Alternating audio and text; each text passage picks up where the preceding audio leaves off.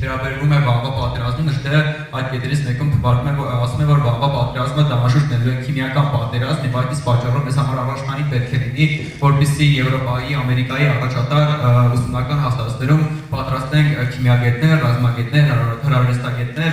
թունավոր նյութերի մասնագետներ, մի խոսքով ամփոփելով պատասխանը կարող եմ ասել, որ վաղվա պատերազմը անշուշտ ներդրել է քիմիական պատերազմ։ Մենք ունենք լրացում։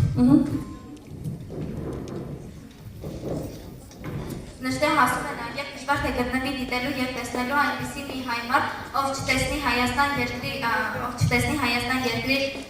վրա թալիկ կախված մեծ ու աղետալի ստվերը և ասում է, որ Թուրքիայի վաղվա գոյության համար անհրաժեշտ է մեր ժողովրդի չգոյությունը և Թուրքիան դավել է և շարունակում է դավել մեզ ամբողջովին բնաջնջելու համար, ասում է, որ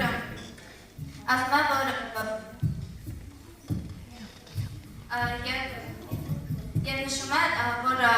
վաղվա պատերազմի համար անհրաժեշտ են որոշ քանակի նյութական միջոցներ և այդ նյութական միջոցները ունենալու համար ամեն մի հայ մարդ վճարում է ֆրանկ, այնքան ֆրանկ, որքան անդամ ունի։ Վերջ պատասխան։ Այդ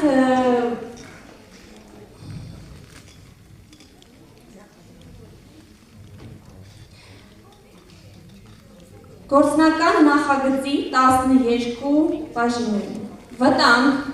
վաղվա մտահոգություն, փոխվրեժի մտահոգություն, նախապատրաստություն, վաղվա պատերազմը, գերազանցելու միջոցները, վարիչ մարմին, տեղական մարմին, զինվորական հանձնախումբ, հրատարակչության հանձնախումբ, ազգային ուխտի դպրոց, նյութական միջոցներ։